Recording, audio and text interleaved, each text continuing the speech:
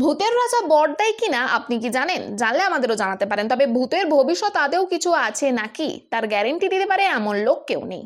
তাহলে যদি আপনার এটা মনে হয় যে ভূতও নেই আর ভবিষ্যৎও নেই, তাহলে ভূতের গল্প করতে আর দোষ কোথায়? এমনই এক ভূতের গল্প নিয়ে আজ হাজির হয়েছি আমরা। অবশ্যই চুপি চুপি বলে রেখে, কিন্তু একদম খাঁটি সত্যি ভূতের গল্প। এমনও তো হতে পারে আপনার ঘরের পাশে ডেরা বেঁধেছে ভূতে আর আপনি তার টেরটিও পাওনি। এদিকে এখন ভূতের ভয়েই জীবন ছারকার হয়েছে নস্কর পাড়ার বাসিন্দাদের। ঘরের দরেই যে এমন আস্ত ভূত দেখতে পাবেন তা কি আর জানতেন হাওড়ার জাজেস কোর্টের দুঁদে উকিলবাবু? কিন্তু সেদিন নিজের বাড়ির সিসিটিভি ক্যামেরায় ছবি দেখে চক্ষু চরক গাছ হবার জোয়ার সকলের।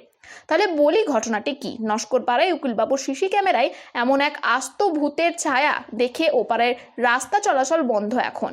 সন্ধে নামতে না নামতেই রাস্তাঘাট একদম শুনশান, আর লোকজন সব সেদিয়ে যাচ্ছে তার নিজের নিজের ঘরে।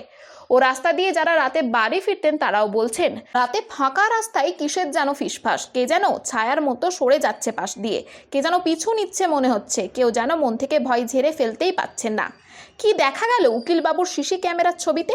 রাতের অন্ধকার রাস্তায় আবছা আলোয় আচমকা একটা কে যেন গাছ থেকে নামতে দেখা যাচ্ছে, কালো ধোঁয়াটে এক অবয়ব। তারপর সেই অবয়ব ধীরে ধীরে রাস্তার দিকে এগিয়ে আসছে উকিলবাবুর বাড়ির দরজা পর্যন্ত। শুনলে গাও শিউরে উঠবে।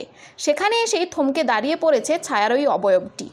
এই সময় একটি ইঞ্জিন ভ্যান রাস্তা দিয়ে যাচ্ছিল। আশ্চর্য ব্যাপার হলো, ইঞ্জিন ভ্যানটির কাছাকাছি আসতেই আচমকা কোথায় যেন মিলিয়ে যায় ওই ছায়াটি। এই দৃশ্য দেখে রাতের ঘুম ছুটেছে উকিলবাবুর পরিবারের। এমনই এক ঘটনা ঘটেছে ডোমজুড়ের নস্কর পাড়ার। এই জায়গাটি সচরাচর খুবই লোক যাতায়াত করে না, একদম ফাঁকা ফাঁকা এলাকা। কয়েক ঘর বাসিন্দারই বাস সেখানে। এক সময় জলা ঘেরা এই জায়গায় খুন, জখম, আত্মহত্যার অনেক ঘটনাও ঘটেছে। আর এখন তো সত্যিকারের ভূতের আতঙ্কে দিশেহারা সেখানের সকল মানুষজন। সত্যিই কি 21 দশকে ভরা বিজ্ঞানের যুগে ভবিষ্যৎ রয়েছে? এই সত্যি ভূতের এই তর্কেই এখন মশগুল ডোমজোরবাসী। এই বিষয়ে আরও কি জানা যাচ্ছে দেখুন বিস্তারিত। 24 আওয়ার্স আরামবাগের রিপোর্ট। সিসিটিভি ক্যামেরা নিতে হবে। হ্যালো, সিসিটিভিটাও নিলাম। তুমি কোথায় আছো? তুমি এদিকে আসো।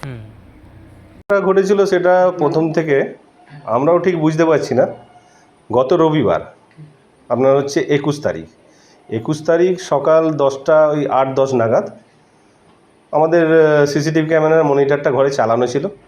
সেখানে হঠাৎ আমার মিসেস দেখে যে মনিটরের মধ্যে কিরকম একটা কালো ছায়া পড়ছে।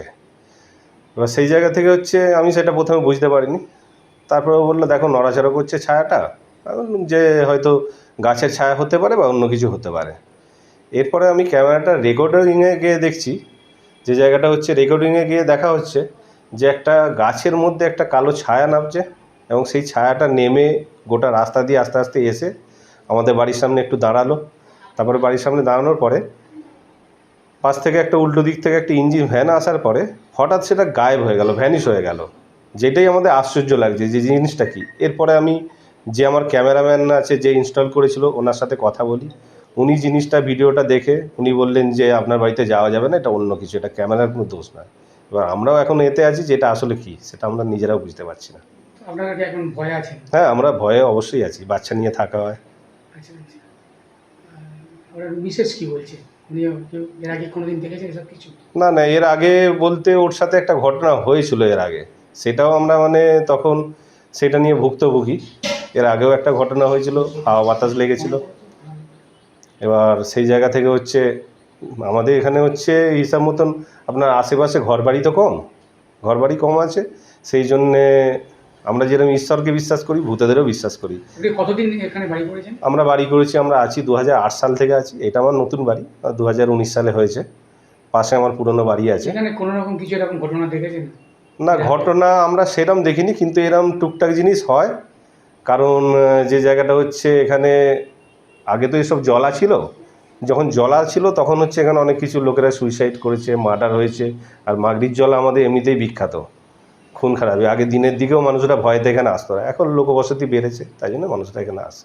ভয় লাগছে বাড়ি থেকে বেরোতে? হ্যাঁ, বাড়ি থেকে বেরোতে ভয় লাগছে ঠিক তা না, কিন্তু আমরা তো বেরিয়ে চলে যাচ্ছি। এবার কাজে যাওয়ার সময় বাড়িতে বউ বাচ্চারা থাকে, তারা ভয় পাচ্ছে।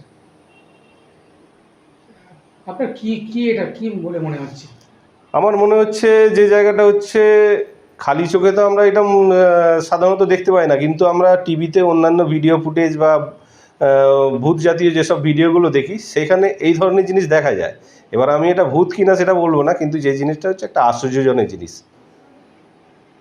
গাছ থেকে নেমে আবার গাছ থেকে নেমে রাস্তা দিয়ে যেরকম একটা মানুষ আসে সেরকম হেঁটে আসছে একটা অবয়ব, হেঁটে এসে মানে বোঝা যাচ্ছে যে তার হাত পা আছে, হেঁটে হেঁটে আসছে, এসে আমার বাড়ির কাছে হোল্ড করছে, হোল্ড করে তারপরে দাঁড়িয়েছিল। এবার উল্টো দিক থেকে একটা গাড়ি আসার সঙ্গে সঙ্গে ইঞ্জিন ভ্যান আসার শব্দেতেই সে গায়েব হয়ে গেল। এবার যদি অন্য কিছু হতো তাহলে ইঞ্জিন ভ্যানটা তার সেই ছায়ার ওপর দিয়েই চলে যেত, কিন্তু ওই যে মানে অদৃশ্য হয়ে গেল, এইটাই আমাদের একটুখানি চিন্তার বিষয়।